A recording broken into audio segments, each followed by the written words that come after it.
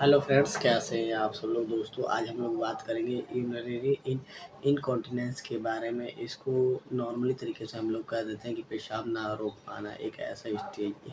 Urinary incontinence एक ऐसा stage है दोस्तों, जिसमें हम लोग विदाउट कंट्रोल के यूरिनरी पास होने लगता है, जिस पर पेशाब पे कोई भी रोक नहीं रहती है। जैसे कि टाइम टू टाइम हम लोग करते हैं अपना यूरिनरी का पता लगता था कि हमको पेशाब लगी है कि नहीं, और हम लोग जाके उसको पास करते हैं। बट इन केसेस में जब यूरिनरी इनकॉन्टिनेंस होता है, ये डिसीज होती है, तब आपको एक इस कंडीशंस में आपको ज़्यादातर ये होता है कि आप अपने पेशाब करने की स्ट्रेटजी के ऊपर आप कंट्रोल खो बैठते हैं, जिससे बहुत ही ज़्यादा दिक्कत होने लगता है आपको, और आपको दिक्कत आने और परेशानी आने लगती है। इसका कारण क्या है दोस्तों कि स्पिंचर नाम की एक सेल्स होती है, जो गॉल ब्लैडर में मौजूद होता है, यूरिनरी ट्रैक्ट में मौजूद होता है, जो आपके पेशाब को कंट्रोल करता है। बट इन किसी कंडीशन के कारण, किसी डिसीज़ के कारण ये आपका डैमेज होता है, और डैमेज हो जाने के कारण आपको बहुत ही ज़्यादा दिक्कत करता है। इस कंडीशंस में ये होती है कि आपकी जो यूरिनरी ट्रैक्ट और गॉल ब्लैडर की यूरिनरी गॉल ब्लैडर जो है, उसके अगल-बगल की जो भी वेन्स वगैरह होती हैं, जिसमें कमज़ोर हो जाती है। कमज़ोर हो जाने के कारण वो वेन डैमेज हो जाती है, और डैमेज हो जाने के कारण आपको इसकी दिक्कत इनकन्वीनियंस की दिक्कत करती है, और दिक्कत होने लगती है। इसका ट्रीटमेंट क्या है? इसका ट्रीटमेंट आप लोग बिहेवियर और नॉन फार्माकोलॉजिकल और सर्जिकल और मेडिसिन के थ्रू भी कर सकते हैं दोस्तों। इस कंडीशन में इस सिम्पटम्स क्या होते हैं? सिम्पटम्स बहुत ही क्रिटिकल नहीं है, इसको आप देख सकते हैं। बस इसमें क्या है कि जब आप कभी खाँसी वगैरह करते हैं, चाहे छींक वगैरह आती है उसको, तो आपका कंट्रोल आपके पेशाब पे नहीं रहता है, उस समय भी आपको निकल सकता है। स्ट्रेस वगैरह अगर ज़्यादा लेते हैं, अगर कोई स्ट्रेस ज़्यादा है, तनाव, चिंता, आपकी बॉडी माइंड बिल्कुल स्टे नहीं है, तो आप उस कंडीशंस में भी इस डिसीज़ का शिकार हो सकते हैं दोस्तों। आपको क्या है कि स्लीप जब होते हैं, सोने के समय कठिनाई ज़्यादा होने लगेगी, बार-बार आपको पेशाब आने लगेगा, और आपको उठ के जाना पड़ेगा पेशाब करने के लिए। इस कंडीशंस में, और आपको बॉडी में इतनी वीकनेस, कमज़ोरी वगैरह भी नॉर्मली एक एक ऐसी सिम्पटम्स हैं जो हर बीमारी में होती है, जो आपको इस बीमारी में भी देखने को मिल सकती है। लीवर लीवर पे कंट्रोल आपका नहीं रहेगा। लीवर जो है आपका प्रॉपर वे से काम नहीं करेगा, और आपकी यूरिनरी जो भी पास कर रहे हैं, गॉल ब्लैडर और यूरिनरी, लीवर का जो भी आपका संपर्क है, संबंध है, तो वो प्रॉपर तरीके से नहीं चलेगा, और आपको दिक्कतें हो सकती हैं दोस्तों।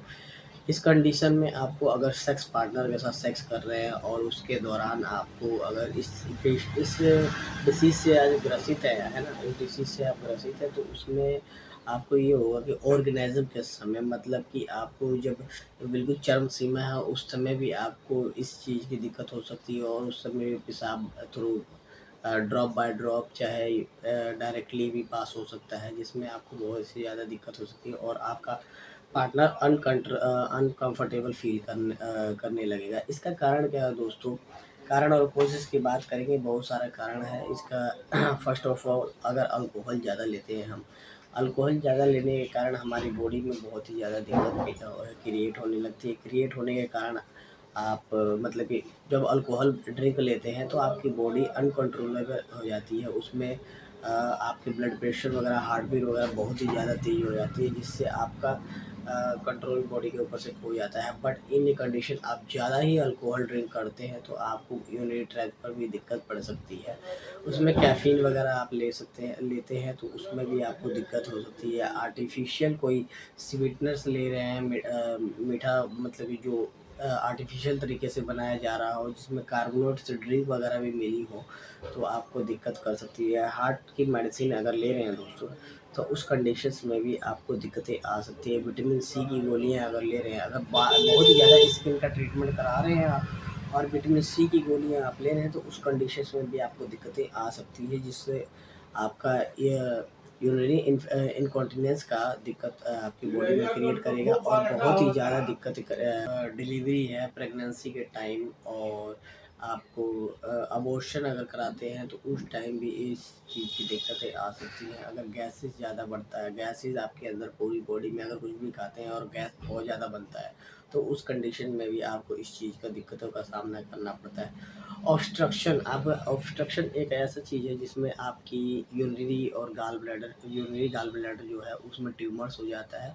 और जिस कारण से आपकी यूरिनरी पास पूरी प्रॉपर वे से नहीं हो पाती है, जिससे आपको यूरिनरी इनकॉन्टिनेंस का दिक्कत होने की संभावना हो जाती है। और न्यूरोलॉजिकल डिसऑर्डर जिसमें paralysis disease, strokes, brain tumour, backbone disease include होती है, जिसके कारण से कई सारे कारण हैं जिसके कारण से आपको यूरिनरी इनकॉन्टिनेंस हो जाता है, इसकी प्रॉब्लम होती है। बट मोस्टली आजकल लोगों का क्या है कि ड्रिंक, अल्कोहल, स्मोक बहुत ज़्यादा होने के कारण आपको इन सब दिक्कतों का सामना करना पड़ता है।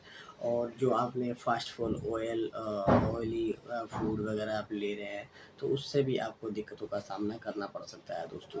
तो इसमें डायग्नोसिस के लिए हम क्या कर सकते हैं, तो डायग्नोसिस के लिए आप प्रॉपर तरीके से आप अपने डॉक्टर से मिलिए, क्योंकि डॉक्टर ये नहीं कि मेल है क्योंकि फीमेल है, ऐसा कुछ नहीं है। वो कोई भी डॉक्टर हो, आप प्रॉपर तरीके से उनसे मिल के, उनसे बात करके अपने डिसीज़ के बारे में पूरा क्लियरिटी से बताइए। आप कब ठीक होगा, कैसे है, क्या कारण है, क्यों हुआ, पूरी उनसे जानकारी ले सकते हैं। और जानकारी लेने के बाद आप प्रॉपर तरीके से आप अपना इलाज और ट्रीटमेंट चालू करा सकते हैं, जिसमें first of all this is my thinking कि डायग्नोस करने के लिए डॉक्टर आपको यूरिनरी ट्रस्ट, ब्लड टेस्ट और स्ट्रेस टेस्ट का मतलब ये है दोस्तों कि आपको अपने पास बैठा के डॉक्टर आपकी पूरी बातचीत करेगा, 2-4-10 मिनट के लिए बात करेगा, जिससे आपके उन कंडीशंस के बारे में जानेगा कि आपका बिहेवियर और माइंड कंडीशन और सोचने की क्या क्षमता है, और किस बेसिस पे आपको कितना स्ट्रेस है, क्या नहीं है। तो इसको स्ट्रेस टेस्ट के नाम से जाना जा सकता है। आप लोग सिस्टोग्राम का मतलब टेस्ट करा सकते हैं, जिसमें एक्सरे वगैरह आ जाता है।